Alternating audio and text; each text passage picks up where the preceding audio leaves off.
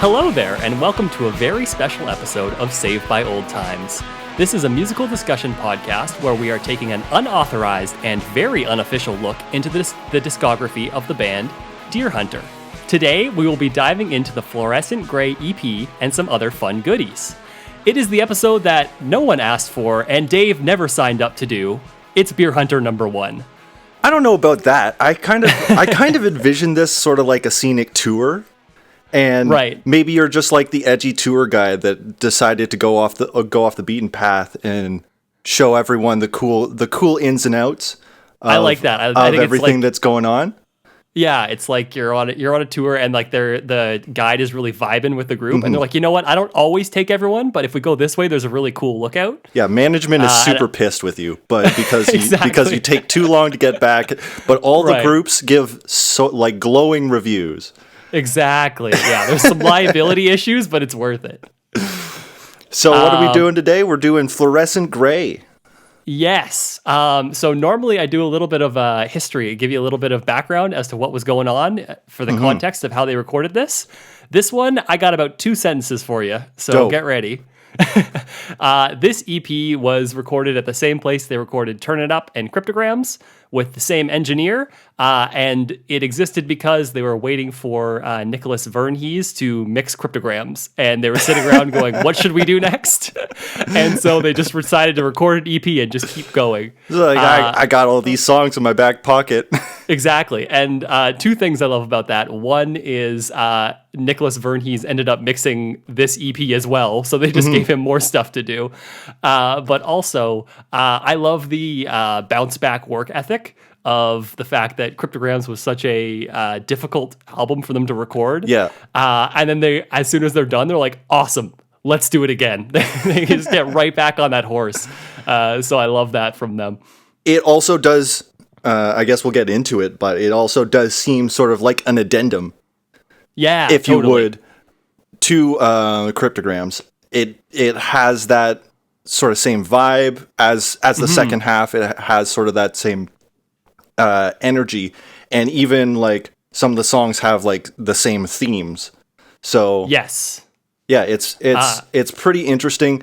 In fact, the live show that you showed me also had a lot of stuff from this EP on it. So yes, I was going to ask if you caught that, but obviously you did. Yeah.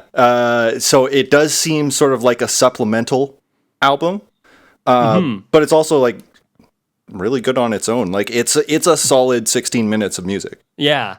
And 2 things on that. One is, Bradford stated his intention was to try to cut out some of like the dreamy, more atmospheric tracks and just focus on like the very song focused tracks of the later half of Cryptograms. That was very much the design of what they were going for. The second thing is, to your point of how well it blends together with Cryptograms, if you buy Cryptograms on vinyl, it's a double album to fit in all of the songs on it.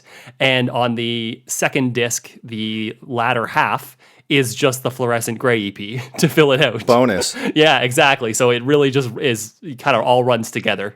It does. They're just getting really solid with their like musical ideas, and they're kind of just stepping everything up just a little bit more. So like the fact that this is like a standalone EP is still really good because it's like I said, it's just like 16 quality minutes of music. While we're talking about it, I know we normally do first impressions and stuff. Do you have any first impressions of this? It's almost exactly what you said, where it's just like there was elements of Cryptograms that maybe they thought they didn't need or like were different for like a stage performance. So in a stage performance, in a live performance, they didn't do all of the ambient tracks. They didn't do all of those transitions. They didn't do a white ink or a red ink. So what this feels like is sort of just like what Cryptograms would have been without any of those ambient tracks. Yeah, totally. I guess what I'm saying is like the live shows, at least the Holland show that you showed me, was basically like a live performance of, I think, their complete or their remastered Cryptograms album, I guess. Right. Yeah, I think remastered or like refined version. For sure. I would agree with that. It's definitely carrying over that same polish from the later half. Cool. Yeah, and like yeah, we can get into it. So like the title, Fluorescent Grey, is kind of an oxymoron. Yes. Fluorescence, I have another Wikipedia definition. Oh, hit me. Fluorescence Please tell me. is the emission of light by a substance that has absorbed light or other electromagnetic radiation. So it's like Ooh. black light. It's like UV light. Yeah. And you can get gray tones in fluorescence, but it's not common. It's common that you get like the really bright greens, the bright reds, the bright blues, and that kind of thing. Right. So, yeah, fluorescent gray is just like why bother sort of thing. Right. Although the You fact got- that it reflects or emits light that it has absorbed, I think is an interesting idea, and I just want to put a little pin in that when we talk about the song itself. Cool. The album art, I don't really get it.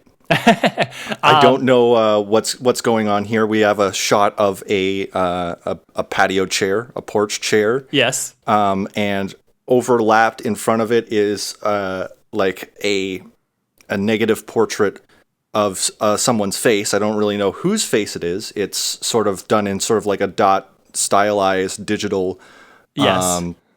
digital art, and it kind of just looks like the Kool-Aid Man. Okay. I can't really discern any other features. It just this smiling face, this orange smiling face over top of a patio chair. Right. I love that interpretation of the orange Kool-Aid Man. So the background picture is actually a photo of Lockett from when he was in grade 7. Oh, cool. So that's who that child is in the little backyard there. In terms of the face over top of it, I have no idea. It would be cool, actually, if it was like a negative of Lockett's face now or something, maybe? Or like his face as an adult that they like then turned into that, Kool-Aid Man style orange. But I feel like I'm probably giving them more credit than I'm putting more thought into it than probably was put into it when they made it. Yeah, so like as far as linking this to any part of the rest of the album, don't know if I can really do it here. But it's a neat image, and it definitely fits the Deerhunter style. Yeah, and I would say it's like the most straight line between, so far at least, the title of the album and the album art. I'm like, I get it right away. I see what you're going for. There's orange. Fluorescent face over a gray photo. Exactly. Nice. It's like, boom, got it. All right. Do you want to just hop over into our song by song here? Yeah, let's do it. Let's go into Fluorescent Grey, title track. Let's hit it. Trent and Dave, listen to the song. And we are back from Fluorescent Grey, the title track. Yeah. How do we feel about that? I really like this. Me too. I'm glad to hear that. I kind of just like they're getting better at sort of just like putting their ideas down and then just building upon them as they go along. Like this starts very solidly in sort of like a Lydian mode where you have those two notes. They change to sort of like the next two notes in the scale. Yeah. And like that puts it into like a very clear mode. I like the Lydian scale because it kind of always seems like you're always climbing. Okay. That's a word that I've heard, and I actually don't know what it means, but yeah. Okay, so the Lydian mode is essentially just the fourth mode of a major scale. So, okay, I do know what modes are, so that makes sense. The way that the Lydian mode works is you can play the same major scale. It just means that you'll have a sharp fourth. Gotcha. Like that's why it kind of feels like it's always climbing. Just by the nature of like it feels just a little bit different than a basic major scale.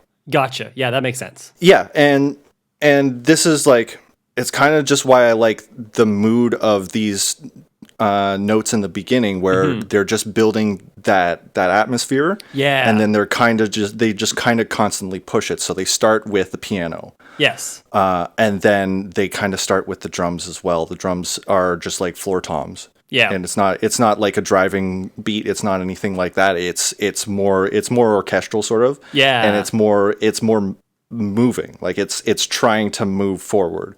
And then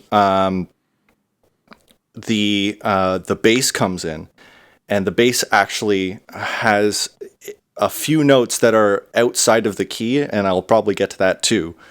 And it kind of foreshadows the chord structure that's going to come in the second half of the chord, the second half of the song when everything comes in. So I just like how this is built because like the bass is foreshadowing something that they bring in later. And then when they come in, you're just like, oh yes, I heard that. I felt that. Right. I was ready for that. Like you appropriately set my expectations for this to happen, and then you delivered on it. That's cool. Yes. Yeah. I like it when they set up dominoes and then knock them all over. Right. Like that's what I like in music. Nice. So yeah, I kind of like how this song is structured. Also, is there a new vocalist? No. So that's what's interesting about Deerhunter is on tracks where Bradford is singing, when you hear background vocals, it's also Bradford singing. So this is really interesting because the other voice sounds so bassy and sounds so different Yeah. than every other vocal performance that I've heard Bradford do.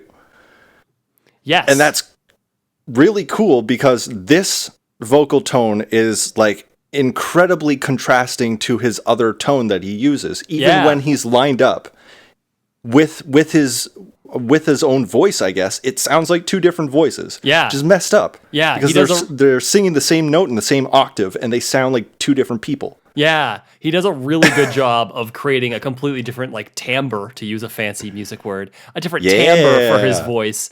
And you're right. And in fact, actually, when I was reading music reviews for this, just to prepare myself, there was someone who actually thought that there was a female vocalist on this song and said, like, the female vocals on the Fluorescent Grey song in particular are an interesting touch. I'm like, nope, that's just Bradford twice, baby. That's what he does. Yeah, and like if you were the musician reading that, you'd just be like, yes, jackpot, I got him. Right, yeah. But I think that's really cool that he's now like expanding his repertoire as a vocalist. Mm-hmm. Like they all are. Like yes, all of the players are like actually I guess exploring the space that they have on their instruments, but also just like trying new ideas with music. Like this song in particular, we can get to the second half. Yeah. Oh, I want to mention one thing in the first half before we get there. Okay. But yeah. What I also really like about that is because they're using that little motif. That's just the two pairs of two notes there. Yeah. I think they do a really great job of finding ways to keep that interesting. Like it starts out with just the piano and then there's the one clean guitar that comes in to accompany it, and they're playing the same thing, but they have slightly different textures to them, which is cool. And then they also hard pan them left and right. Always a classy move, always a good move. And then what I really like is I think in the second verse, there's a third guitar that comes in and starts playing those notes. But what it does is every now and then it just decides to bend the string just a little bit. And it creates this really cool chorusing effect if you listen for it, where now one note is being pulled out of pitch. And then so you have two notes that are slightly out of pitch with each other, which is what chorus is. And that's really cool. And it's just spontaneous. Whoever's playing that third instrument, the second guitar, whoever decides to do that, whenever they feel like it, they just do some bends. And I feel like that adds just a little bit more movement to the fact that you're just hearing the same two notes over and over again. That's what I wanted really to say cool about that bit. No, that's really cool. And also, like, I guess to add on that, the melody. Dun, dun, dun, dun, is those four notes. Oh, gotcha. It is those four notes. So, like, everything kind of seems like it's compounding on each other as they move up, as they sort of build up. And then the band breaks out. Yeah, okay, let's hit it. So, yeah, we have a big shift into what I describe as basically, like, psychedelia. It's everyone's going like full bore with the dynamics. They're all getting into it. The guitarists have laid down a new set of chord changes, but it's still following those notes, those introductory notes. So they're still building on that. Yeah. And yeah, it just goes off. It's really neat. I really like it. I think also there's some really cool textures that they add in that section where it changes. There's like it sounds like an organ, where like if you play with the tone bars on an organ, it almost starts to sound like it's kind of like underwater-ish. And I think that's what that water sound is. It might have just be some actual like field recordings of water just kind of layered in there. But I can definitely hear that kind of sound going on in that section. I know that kind of effect that you're talking about can be applied to pianos sometimes, where it kind of feels like the piano is underwater. Yeah. I was going to say as well, the melody that Bradford is doing, where he just keeps saying, people never really know over and over again. That to me almost has like a childlike nursery rhyme kind of quality to it, which I think adds to like the psychedelic elements a little bit. I think it's really cool. Psychedelic is definitely like a way that you could describe this really well. Just because like when I was talking before about how it feels like it's always climbing. Yes. How it feels like there's almost like the feeling of nonstop motion is something that I really like when they sort of like build this, I guess, perpetual motion machine in their chord structure. Yeah. So like the second half is 4 chords. It's all major chords, right?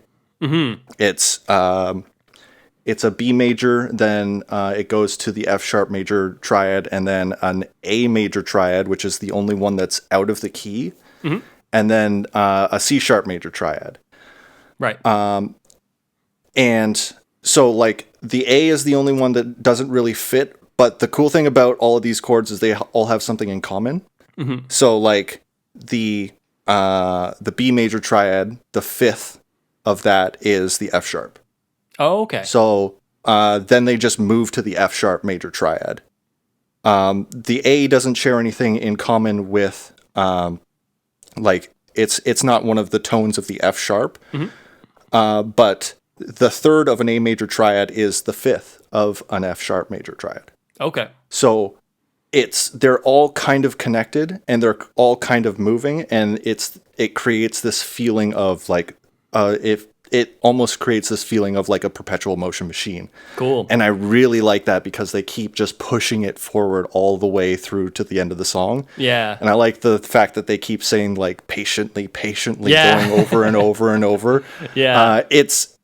It's really interesting, and it's this really cool way to like sort of connect that with the lyrics and connect that with the music. So yeah, I do really like this song a lot. Cool. Can I do some connecting of the music and lyrics for you? Hey, yeah, I'll do it. So, like you were talking about with Fluorescent Grey and fluorescence in general, absorbing light and then re-emitting it kind of thing. The lyrics in this are very interesting. They're quite sparse, but the word choice is really cool.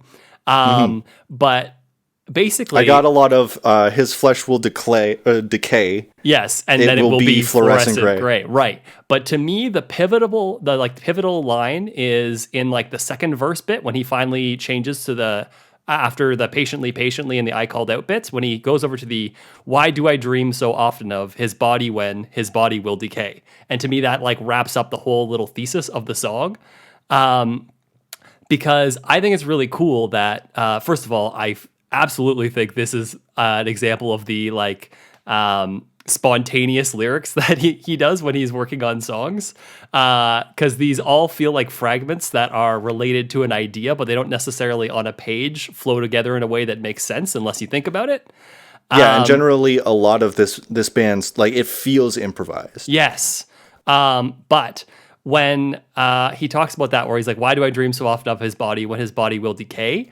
I think he's talking kind of about hero worship from the perspective of someone who's long past the time when they looked up to someone, because he has that whole bit about you were my god in high school, which again is such a great off the cuff line. Like stuff like that is what brings me back to Deerhunter. I'm like, that's a great line. I love that. But I think he's basically saying, he's like, I thought you were the coolest person ever. You were unreal to me. And at the same time, you're just a human. You're just a person.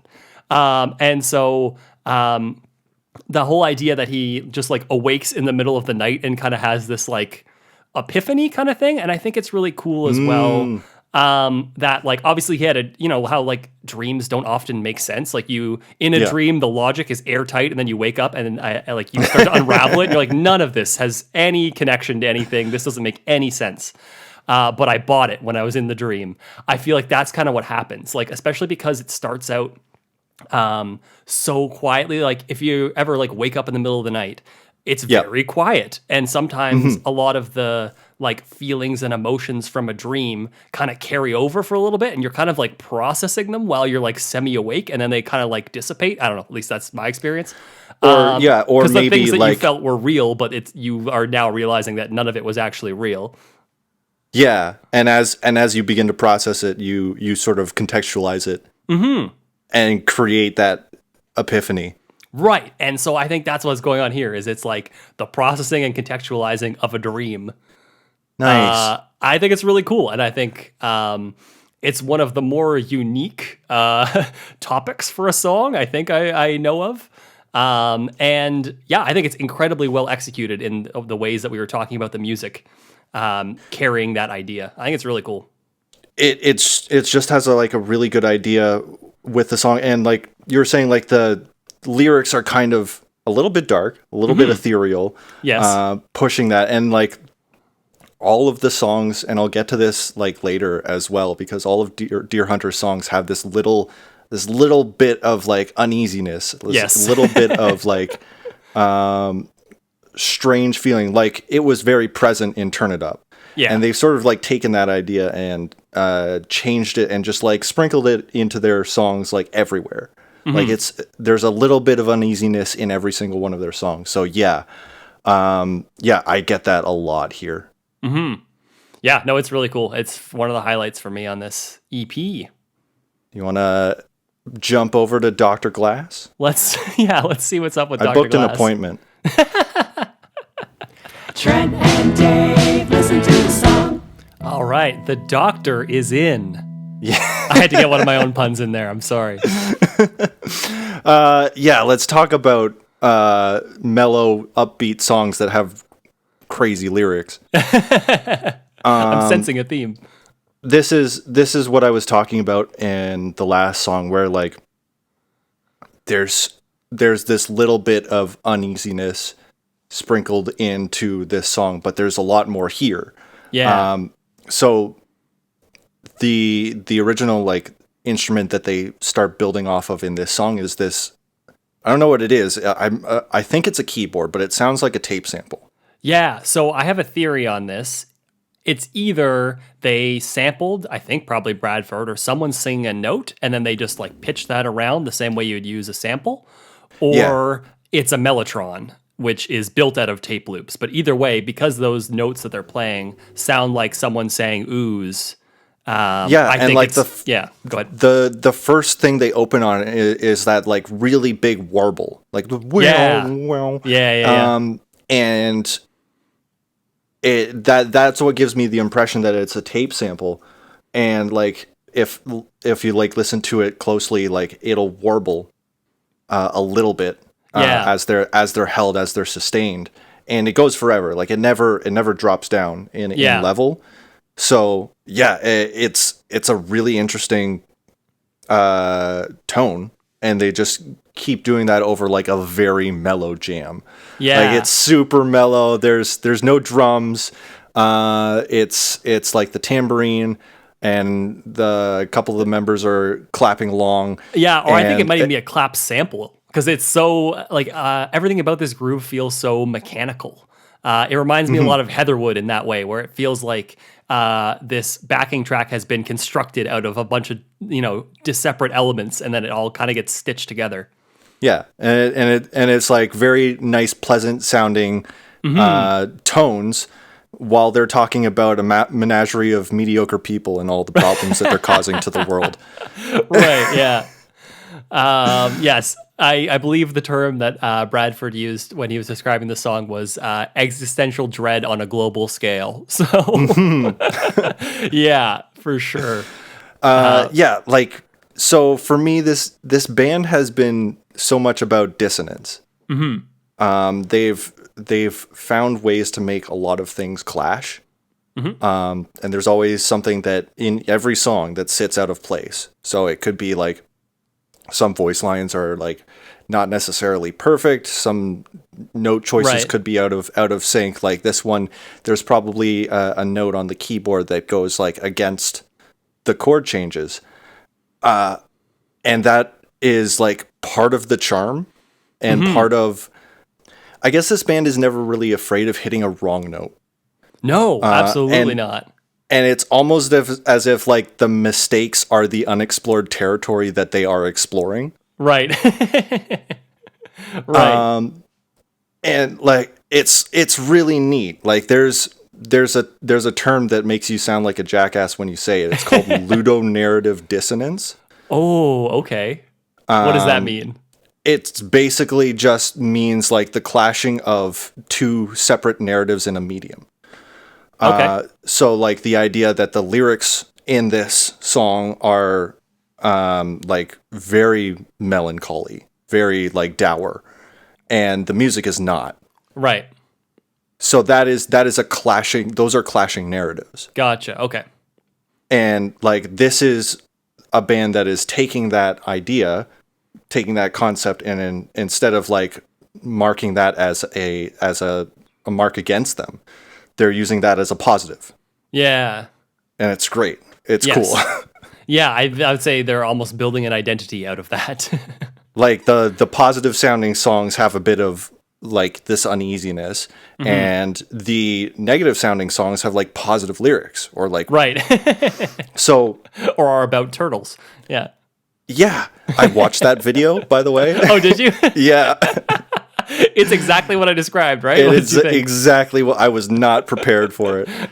It's like even if you know, even if you know going into it, okay, I'm gonna watch a man in a turtle costume eat a pizza for 4 minutes. It's still more unsettling than you think. Yeah, it's something about his facial expression and the whole goes scene. to town on that pizza. Yeah. Anyways, second reminder: if you haven't seen it, please check it out. Yeah, and like this song, like they set up that chorus where they talk about it, and then they have like a little bit of a jam session, and then they go into it again, and they and that repeats 3 times, except for the third time there's a little tiny sneaky key change. I like that. I was gonna say that's one of my favorite parts of the song is that they keep the same like chorus melody kind of, or I guess it's a key change, so yeah, it's the same melody. But I like the fact that there is a change finally in that last chorus, is what I'm trying to say. And yeah, just like you were saying before, like where they just keep building on their original idea and change it ever so slightly, and it keeps it really fresh. So For like sure.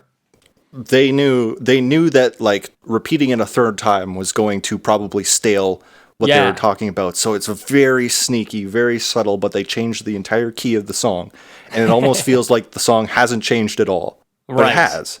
Yeah. 2 things I want to touch on.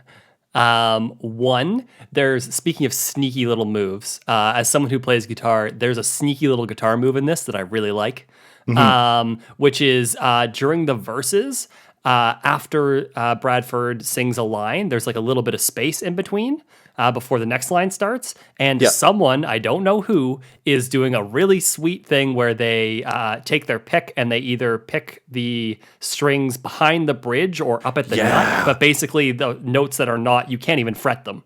And so they are just these like out of key, just kind of like little plinky sounds. Yeah, it sounds like wind chimes. Yeah, exactly. It's really it's one of those things where they're just like, it's almost like one of their soundscape songs, except this is all like acoustic and analog instruments. So like they're trying to make sort of that soundscape with their instruments and just using whatever they can. And yeah, those little tiny plinky strings that make sort of like it sounds like chimes or something really, really small, really in the background. Yeah. So I just wanted to give a small shout out to that because I see you, whoever did that. That's a great I see move. you. I hear you. I feel recognize you. that. You're adding a lot to the texture. I appreciate that. The other thing I wanted to bring up is what's fun about this EP is actually on the Deerhunter blog at one point they released the original demos of this. So you have like going back to like Bradford at home in a bedroom working on these songs to then like the band demoing them. Cool. So you get to kind of see the history of some of these songs. And I actually have access to these for once. So I did listen to them. What I find interesting is the original demo was called So Many Bodies, which obviously you can understand where that comes from. I have no idea why this song is called Dr. Glass. I tried to do some research on it, and I was unable to come up with anything that made sense to me. So I'm kind of spontaneously asking you, but do you have any idea what that is, or does it also mean nothing to you? I kind of sort of like get the image of this person that is viewing this. Okay. Viewing the scene, viewing the narrative. Sort of like a man in a trench coat walking around like downtown New York City and just like watching everyone go by in like one of those like really sped up fast motion things and he's walking normal speed sort of thing. Maybe this is just like the inner monologue of Dr. Glass. Right. Okay. I could see that. That kind of makes sense. It is kind of a very like detached way of looking at humanity. Yeah. It's very like clinical in its approach. So that makes sense to me. Yeah. Cool. That's all I got right. for that one. Shall we pop on over to Like New? Like new. Let's do it. Trent and Dave, listen to the song. Okay, we're back with Like New. I want to begin. I need to make a musical stinger or something. But ladies and gentlemen, people of all kinds, we have a locket alert. I don't. What does this mean? Okay, I'm interested. I'm intrigued. So this is a locket song. This is one that he's credited with doing the music for. It's still Bradford doing lyrics and vocals, but it's a Locket composed musical number, which I think you can kind of hear in the guitar playing. Sounds a lot like Strange Lights, where there's that like stacked delay, but he's just playing straight eighth notes, and he kind of lets the delay create an interesting texture as it washes over the notes that he's actually playing. Yeah. Yeah. And I can say like that the chords kind of remind me of like the second half of Fluorescent Grey. Okay. Yeah, I can see that. So like maybe this is like Locket's contribution. It is. Yeah, because like once again I think they're just having a lot more fun exploring these sort of like perpetual chord machines that they make. So like once again, this is 4 major chords. Sorry, I don't want to contradict you, but I actually did look up I did figure out how to play this song. Okay. I don't think it's 4 major chords, or at least the way that you play it on guitar is not 4 major chords, which is interesting. Enlighten me. I would like to hear it because I've been jamming along with my setup. So we may have discovered something then, which is cool because I was playing this earlier today, and on guitar at least when you're playing it, it's A, C sharp minor, C sharp minor. Interesting. Yeah, G, and then B minor, which on a guitar is really intuitive to play because you're always just shifting your like main fretting finger down 1 fret, and then you're just playing a chord based around the E string, which is the lowest string, and then you shift your hand, you're playing a chord based around the A string, and then back to E, and then back to A. It's a really, really intuitive progression to play on guitar, but it's interesting because it goes major, minor, which when you're doing it on guitar, you're literally just taking the same shape and you're just shifting it up and down strings. Yeah, so like a C sharp minor triad is the second triad of a major 7. Right? Okay. I guess like maybe something messed me up with like the lyrics because like once again like Bradford is kind of floating over these. So like it's still kind of has like a major tone to them. So I could have just got tripped up while I was listening to it, but it's still like the same concept applies. All of these chords are connected. Yes. Which is really interesting because like a lot of their chord tones as well, there's also a bass line. It's kind of shared between two different instruments, but it goes A, G sharp, G, and then F sharp.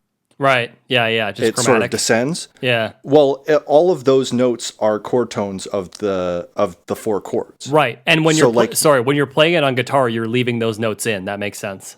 Yeah, and so once again, like they're trying to find all of this space, and they're actually like doing a really good job at finding the space between in the chords they're making and kind of just like building it throughout the entire song. Yeah. This one starts out once again like very mellow, and kind of just follows those chords. It doesn't build up to like a huge build up in the way that like other songs do, but like it still has all of those effects that are going on. Yeah, for sure.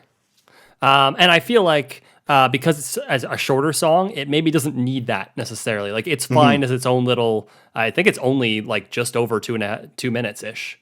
Yeah, it's not even 2.5 minutes. So I think just that, it doesn't really need to have like a big contrasting element. You can kind of just keep it its own little self-contained little musical ecosystem, and it's fine in that time. One of the other things I thought was cool about this that reminded me a lot of the Pixies, which is a band you've probably heard me drone on and on about, is the very first note of the melodic line in the verses is totally dissonant. Or at least it sounds dissonant to my ear. Yeah. They do a little bit of an approach note where they go dun dun dun dun dun dun dun. Right. And that note is definitely not in key with anything. Right. And that's such a freaking Pixies move. Where you intentionally just put in one dissonant note, and everything else is within key, and it's like that, like we were talking about. That's the thing that you like build the character of your song around and kind of build your sound. There's always around. something. There's always one thing. There's always one like weird thing that's a little bit off that, and every song feels just a little bit uneasy. So like even when they're talking about like feeling like new. And like maybe like a fresh start. I don't know too much of what the lyrics are saying in this one, but like, there's always this little bit of uneasiness. There's always this little bit of like a monkey on your back, just like just making you really uncomfortable. What's funny, you said monkey on the back. Bradford has said people often ask him if this song is about getting off drugs, and he says, no, it's not at all. But I think that interpretation is fairly common, where people get that kind of impression. Yeah, it's like new, but with like an extra weight to it. The other thing, while we're talking lyrics, that I wanted to bring up is when I originally first heard this song, I thought there was the coolest lyrical link. And I'm pretty sure I'm wrong, but I wanted to share it anyways. Go for it. At the end of the second verse there, Bradford says, back to the crypt again. Yep. And I thought so much that it was back to the cryptogram. Back to the cryptogram. I know. And I was like, because I love when not a lot of artists do this, and I wish they did it more, where they did like references within like their own band's lore. Kind of thing. Yeah, people like the hits. Just fill it with callbacks, right? Right. Well, I mean, there's a band I love. Again, speaking of bands that you hear me talk too much about, the band Spoon. Spoon does this all the time, and every time it's just like a little like subtle low five to the fans who are listening. It's just like, hey, remember this one? And they just like slide you a low five. Yeah, it's like Bowie, who like just like slides Major Tom into like other songs. Yeah, I think that's really cool. And so when I first heard this, I heard "Back to the Cryptogram" and I got so excited. But the official lyrics say "Back to the Cryptogram" again. So it was not to be, unfortunately. Too bad. Well, anyways, we'll have to wash off that disappointment. Yeah. I didn't know if you had something for that, but that's what I was working on it. Very good. Very good. I love it. Let's get into it. All right, let's go. Trent and Dave, listen to the song. All right. Well, I hope everyone is feeling clean because that was wash off. I really like there's a preamble here that and like right before like the drums kick in, the bass kind of kicks in as well, and then there's like this weird another like sort of like it feels like a tape sample. Where it goes da na na na na na na na, and it's like really cool as it like swells, it gets pretty loud, and then it just like goes away. It's a cool effect that like only happens once and then never happens again throughout the rest of the song, but it's just like, okay, that's neat. Can I say something for a sec? Yeah, go ahead. So I think this is already like just looking at Bradford is like a clinic on how to use loopers and how to use them well. Because I think basically he's already built up a vocal loop and then he just fades it in at the beginning. So it's what I love about that is you didn't hear what created that loop. You just hear the end result of it. Which is kind of fun because a lot of times during songs you can actually hear him building it up, which is fun. In this case, you don't even get to hear it; you just hear the end result kind of brought in, which is a really cool intro. As well as while he's doing that, I'm very confident that he is also using the reverse reverb, like we talked about before, to reverse his voice, and he's just breathing into the microphone. Yeah, there's a lot of that in this song. Yeah, so that's a really cool effect too, is just having reversed breathing as an intro effect as well. But like you said, it's like everyone is all kind of swelling into the intro, and I really like that. That's like such a good fluid way to start a song. Yeah, and so like the bass is just jamming that one note, the root note. This time we're in E dominant. Okay, gotcha. And so like you hear that a lot in the melody. Dun, dun, dun, dun. Like that note, that is the dominant 7. Gotcha. And so like they play that that is like a main feature of their melody. That's a main feature of this song, and it goes out through the entire song. So like this one, I was talking about the Lydian mode before. This is the Mixolydian mode. Ooh, okay. The fifth mode, and basically that's all it is. It's a major scale, except it's a dominant 7 instead of a major 7. I think I can understand that. So sorry. While we talked about the bass, you didn't think we were going to get through an episode of Saved by Old Times without me going off about the bass, did you? No. No, I kind of expected this for this song. Yeah. I'll set you up though. Okay. They get going on this for a bit. The lyrics sort of like build up, and then they start playing that mantra where it's like, I was 16. Yes. I was 16. And then it kind of like subtly builds up in the background, and then it stops, and then the drums go off and the bass goes off, and everyone kind of goes off at the same time. What I love about this so much is everything that makes the bass so interesting in the chorus is what he's not doing in the verses. It's just picking dynamics. It is just having really good control of his right hand. You can hear it when he comes out of the choruses back down into the verses. You can hear the notes settling in, and you hear the texture change. That's not adjusting the volume. That's not anything with effects. That's just in how you approach playing the note. And so then when the chorus hits, it's just full on big, beefy strums. And like a really good riff throughout the score. Like you can hear him jumping up and down, like he's killing it in the background. Yeah. And to me, like that's the part that makes the chorus interesting. Like I know everyone else is doing their best to also, create a dynamic shift there, and especially shout out to Moses, who's probably doing the most fills per minute he's done so far. So like that rhythm, that like that cat, like it starts getting a lot of syncopation, a lot of like really good elements to the fills. Like everything's going on in that section. And I think that's really cool. I think there's a really interesting contrast between like the very like pared down and controlled verses, and then as you know the pre-chorus, you hear it kind of swelling and shaking a bit out of control as everyone like starts to build towards it, and then the energy just releases. And I think when we were talking about how much we wanted more dynamics in Turn It Up, we got it. It's here. Yeah. And so I think that's awesome. Yeah, like you know that like most songs are going to build up to a crescendo, and Yes, they're going to pull that off, but like it's sort of like the pieces and how they do it that makes a song interesting. So yeah, like they're picking at those chord tones. Bradford is once again like really soft through like the vocals and that kind of thing. And then like they say that mantra, I was 16, I was 16. And then it builds up and it knocks it down, and they do a really good job. And that is like, they're foundationally making good music, and it's awesome. Like I thought like all of the scrappy stuff that they were doing before was great, and it was fun to listen to, but like they're I think they're just getting it. I think they're getting their style, and it's all just coming together now. Another thing I wanted to say while we're talking about the I was 16 line. Actually, I might know what you're going to say about this.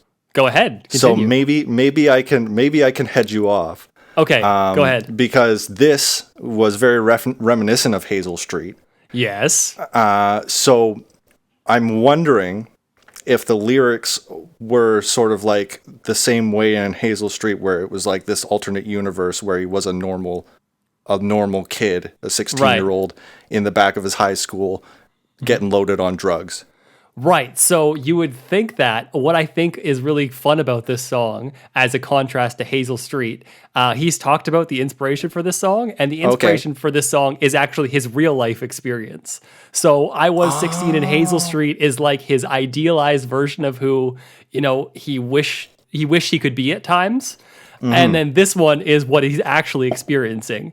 And the story for this song is kind of fun as well. So this song is about hanging out in the parking lot of his high school, as he mentions. Yeah. And he said there was a hippie kid who sold him fake acid. And so then when he took the fake acid, he didn't feel like he was experiencing anything. And the guy was trying to bullshit him and was just like, no, man, you just got to let it like relax. Like, I don't think you're at the right place for it to really hit you. Like, your soul isn't quite prepared to receive what the acid is giving. He's like, no, you're just lying to me. You're like, this isn't doing anything. And so apparently it's his like frustration with that whole experience is what this song is supposed to be conveying. So, I think it's an interesting contrast where, like we said, Hazel Street is his idealized version of his 16th year. And in real life, he's in the parking lot of his high school taking fake acid and being ripped off by someone and being pissed off about it. Yeah. Dang it. I thought I was onto something, but you had the right idea that there's a connective tissue between the two. Nice. And like I talked about before, I love that kind of meta, self-referential thing. So I think that's cool.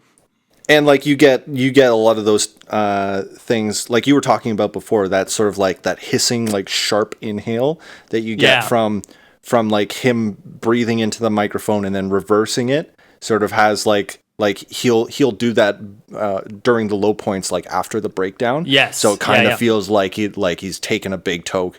And like me talking about drug terms as if I was going to say I'm not an expert, but you don't smoke acid.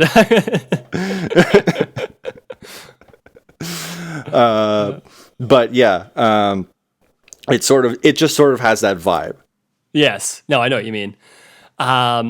Also, a couple of things I wanted to mention is I really appreciate the fact that in the second verse, they do a really cool thing where they intentionally make the delay a bit messier. They leave some of the feedback on a bit more, so you get more repeats, which I like because this song is quite repetitive, if we're being honest. But like we talked about before, it's about finding those variations, and I think that's a cool example of they're using the effect to create the variation.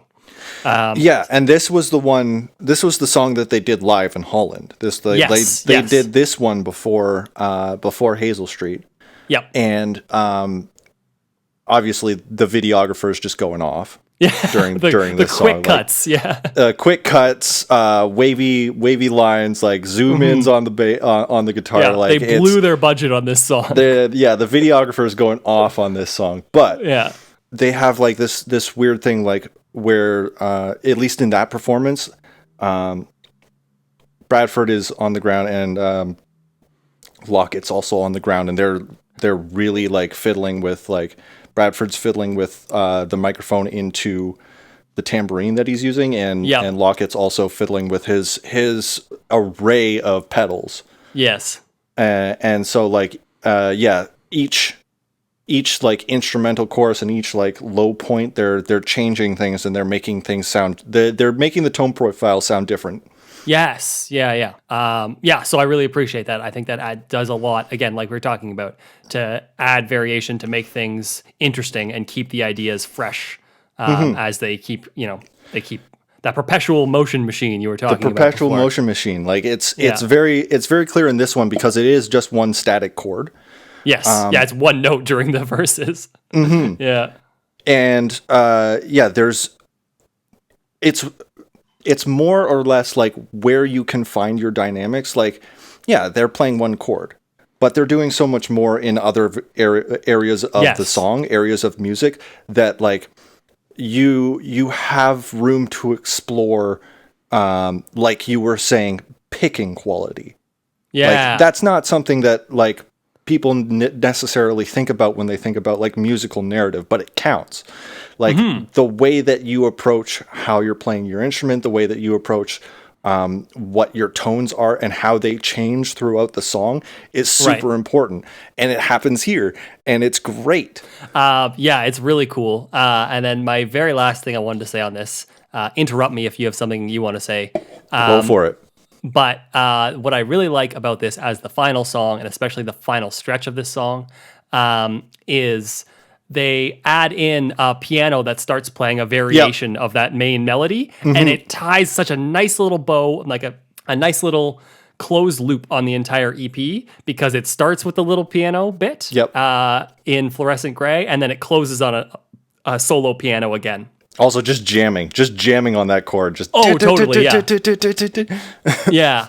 But I like that. I like the idea of having the same instrument bring you in and then take you out at the very end. That's really good. It's closure. Yeah. It's really good. And so even for 4 songs that they recorded as something just to tide them over while they're waiting for their album to be done, there's still enough intentionality that they're like, okay, but let's really think about what makes this a cohesive group of songs. I think that's really cool.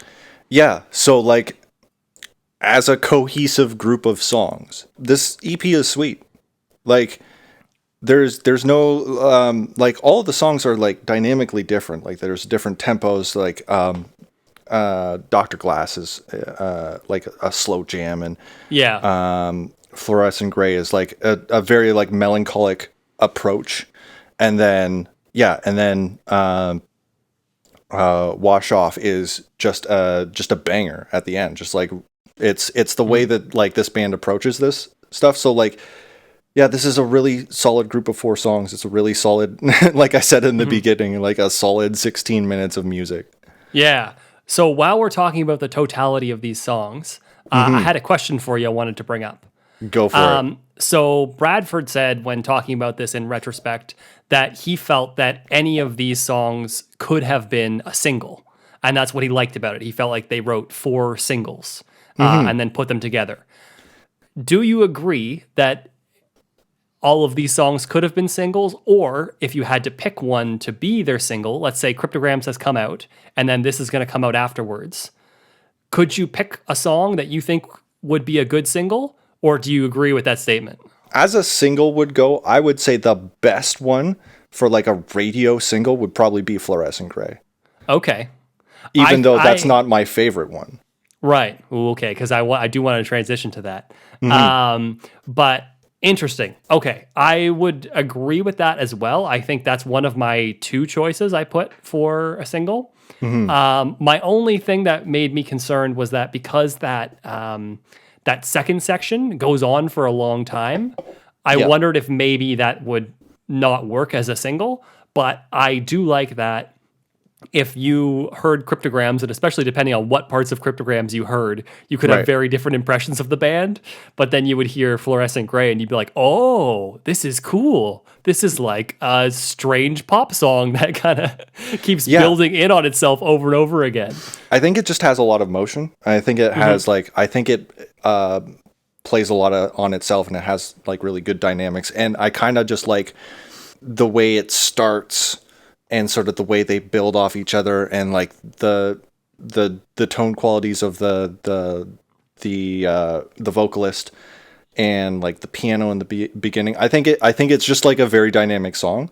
So I think when you talk to me, when you ask me, I think of like what would play on the radio, and I think Fluorescent Grey would probably play better than any of these other songs.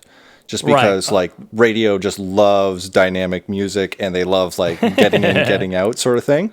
Yeah.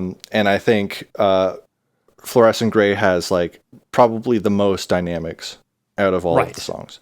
Yeah, I was torn between that and Wash Off, but I could understand not wanting to do Wash Off as a single. Yeah. Because it is just one chord for 5 minutes. Oh yeah, or I was going to say it's very krautrock in the same way that the song Cryptograms is also very krautrock. So I could understand not wanting to put out a similar like genre-inspired song to be like, not pigeonhole yourself to be like, look, we're just the krautrock band. I think that's probably why you wouldn't choose that one, despite the fact that it's the fastest tempo. And it has kind of that like rock appeal in that it gets real noisy. So that's why I think it's not meant for a radio single.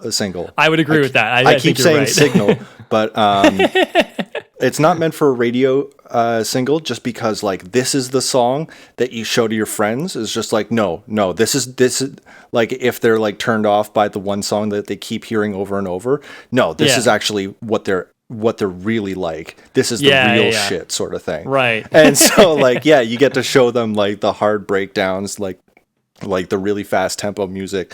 So this is kind of just like that secret banger that they have, that diamond in the rough sort of thing. Yeah, that makes sense. This one's for the real fans. Yeah. Right. Speaking of people being fans of things, what was your favorite track from this EP? So Wash Off is my favorite track on the EP. Ooh, I did not see that coming. Why is that one your favorite? I mean, we kind of talked about it a little bit, but why is that one your favorite? So this one kind of just like, I just really like all the stuff that they're doing, all the things that the instrumentalists are doing, like the drummer, the bassist, the guitarist, like they're all playing very interesting things, and they're exploring this chord. It also just like, it grew on me. Like originally this was not my favorite one. It was Fluorescent Grey was my favorite, but this one actually just grew on me. I ended up just liking like jamming to this one a lot more. I think they just get that feeling. They get that sort of like edgy, angry feeling, and it's not in your face. It's not overbearing, like Turn It Up. Like they've actually done it. Right, yeah. And I think for me, the noise section of that towards the outro is one of the better noise sections they've done, because there's lots of interesting things happening. It's not static. I really like that. Yeah. So like as a song, I think they but even just like as a jam, like I think they've gotten really good at jamming with each other. And making good music, and this is more of like one of those spontaneous jams, because it's one chord and they're just jamming on it for 5 minutes, and it's great. They explore a lot of space. The melody's interesting, and like the breakdown is really good. It's just really fun. Yeah, I would agree with you on that. How about you? For me, my personal favorite is Fluorescent Grey, and I'm glad we didn't have the same one. I was afraid we were both going to say Fluorescent Grey. But for me, the vocal melody, I love. I find it so freaking catchy. Yeah. I'm just like going about my day, and all of a sudden, I'm just like, patiently. It's like, it's so simple. And the why do I dream? That like those just like drift into my head while I'm doing, anything in my day. So I really appreciate that. Like we talked about, the build in it, I think It's just really good. so well executed. Yeah. And I think it's my own fabricated story, but my own story around it, I think, really makes it an interesting topic for a song. And I love that then, like we talked about, there's the explosion at the end where they have a change up. And they finally give you the chords that they've been hinting at the entire time. Yeah. I think it's really cool. Like I do really appreciate, like, the bass comes in almost at the beginning, and they're playing roots.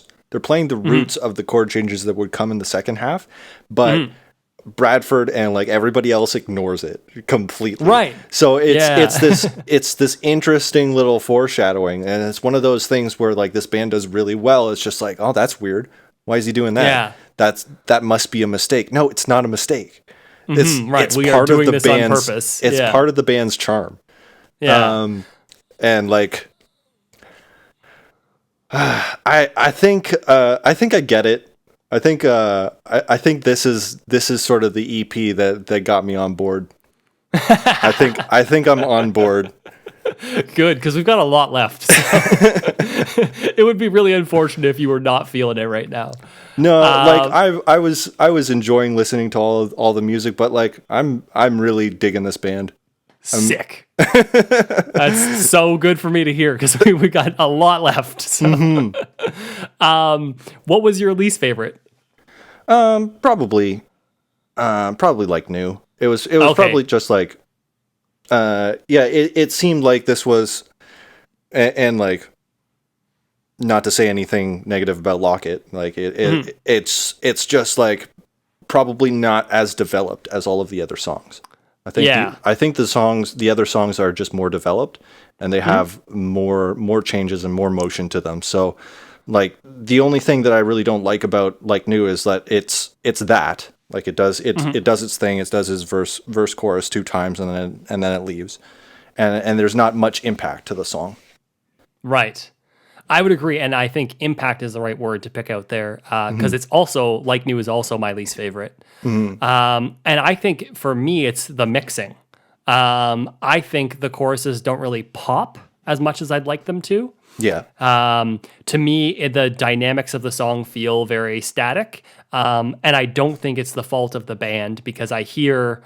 I listened really, really closely, and I can hear Moses does either move over to like the ride cymbal, or he opens up his hi-hat on the chorus there. You can hear like a washy texture coming in. Yeah. And I think they tried to have a bit more of a like punch to that chorus bit, but it just doesn't really translate the way that it's currently produced and mixed.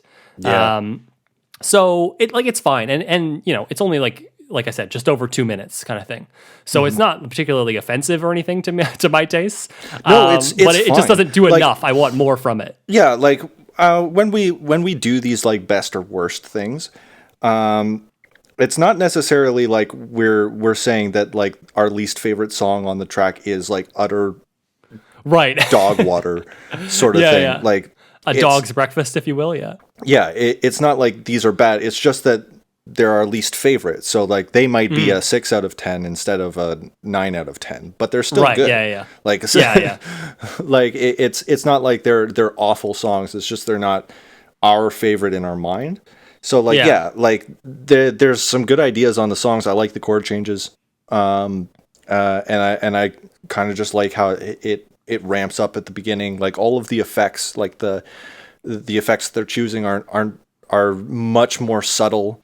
Like the vocal effects, like, and when that song ends, like you get that sort of menagerie of sound, sort of like fading off. So like there's a whole bunch of good stuff about it.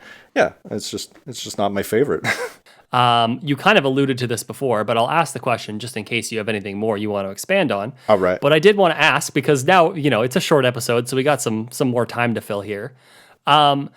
What have you thought of your Deerhunter journey so far? Journey. Has this been what you expected? Does the band sound like what you expected? Turn It Up definitely did not sound any way what I expected. Okay. So like starting with that band, like I kind of understand when musicians are and when like people who enjoy listening to music or like that, like you guys have, you and our friends have mentioned bands and albums to me and said, okay, but you should probably start on this one. Right. Sort of thing. Yeah. And I get it. I kind of understand, like, me as a person, I kind of like to think, oh, well, what's wrong with that one? Now I want to listen to this one because it's like the forbidden fruit. It's like, oh, well, we don't want you to listen to this. Well, there must be something interesting about it. I need to know why. I need to know why. And like I said before, like I was charmed by Turn It Up. It's like these ones are better. I would agree. Yeah. I would agree with sort of like that sort of thing, and like the journey of me listening to this band and sort of like how they progressed, sort of thing. Like now I'm in it. Right. now I'm in it with this EP. Like Cryptograms was still a little bit like edgy, still a little bit like unpolished sort of thing. But now I think like we're getting into like music that I just enjoy and have a good time listening to. So like, as far as my journey into listening to this band, I like listening to weird music. I like listening to interesting things. So like, I'm enjoying this, and I enjoyed Turn It Up, but I'm enjoying this like a lot.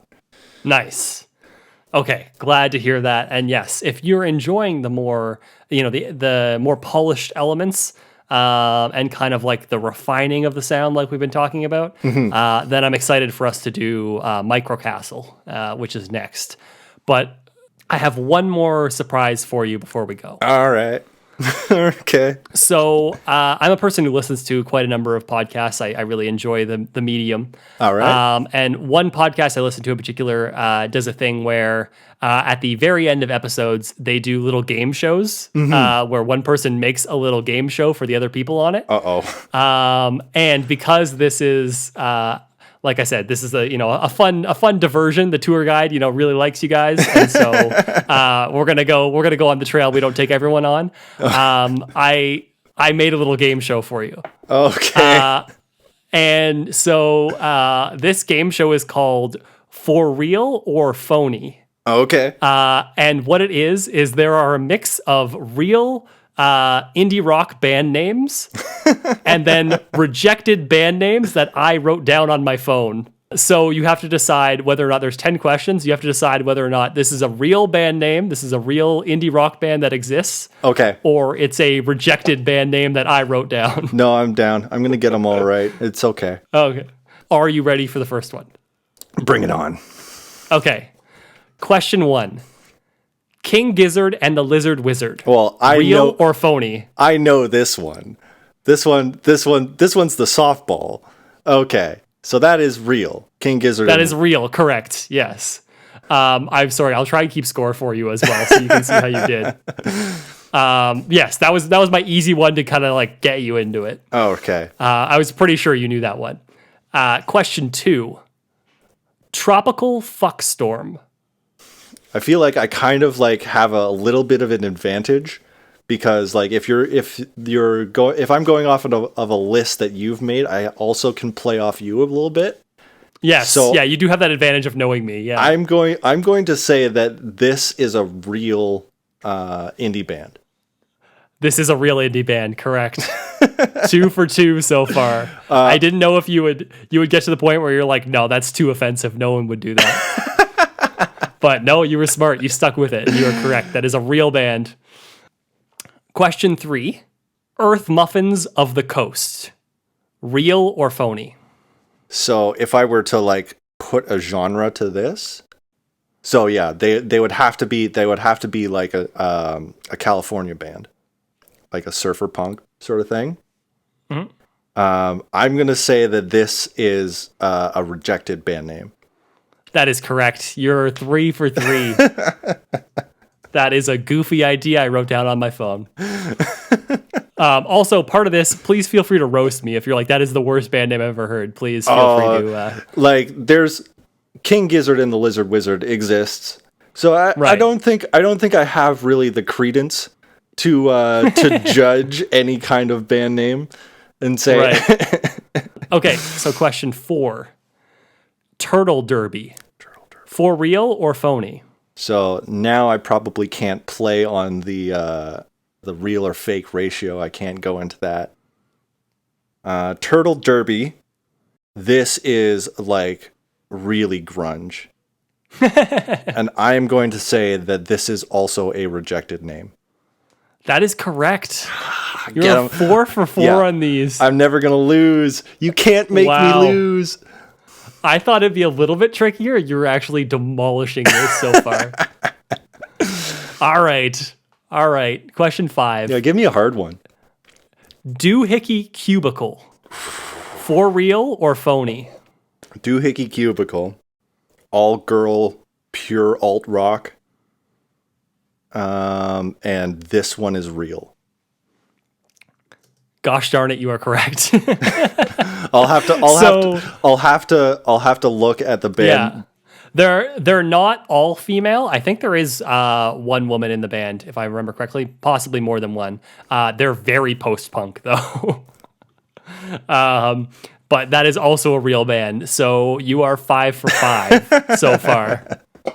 Can you continue this miracle run? Question 6. Bogus Canoe. Real or phony? Oh, this is actually a tricky one. Like, this is definitely something that I think you were right, but this is also something that I think could definitely be a real band. And they are like Louisiana alt.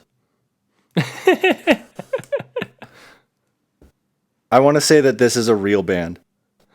This band is phony. It's in my phone. So that's your first wrong answer. Okay. Yeah. It had to end. The streak had to end eventually. It had to end eventually. I can't crush it the first time. Yeah. Question 7. Mm-hmm. Diarrhea Planet. For real or phony? Well, no, that's just a real band. Absolutely. It is a real band. There's no like, the grosser and like more offensive it is, the more likelihood it has of just being like, yeah, this was 4 guys in New York and they played like all of the shit bars and they just they just killed it every time. Right. Brief side story on Diarrhea Planet. So they are a real band, obviously. They're from Nashville. Ah, dang. And the reason their name is Diarrhea Planet is they made a bet with a fellow Nashville punk band, and whoever lost the bet had to rename their band Diarrhea Planet. Nice. So that's why they're called that. It's kind of fun. Number 8. Mm-hmm. Say Hi to Your Mom. Real or fake? Yeah, I think this is a phony. That is a real band. Oh no! It was a solo project of a guy who's originally was called Say Hi to Your Mom, and then years down the line ended up changing the name because he felt it was a bit too immature.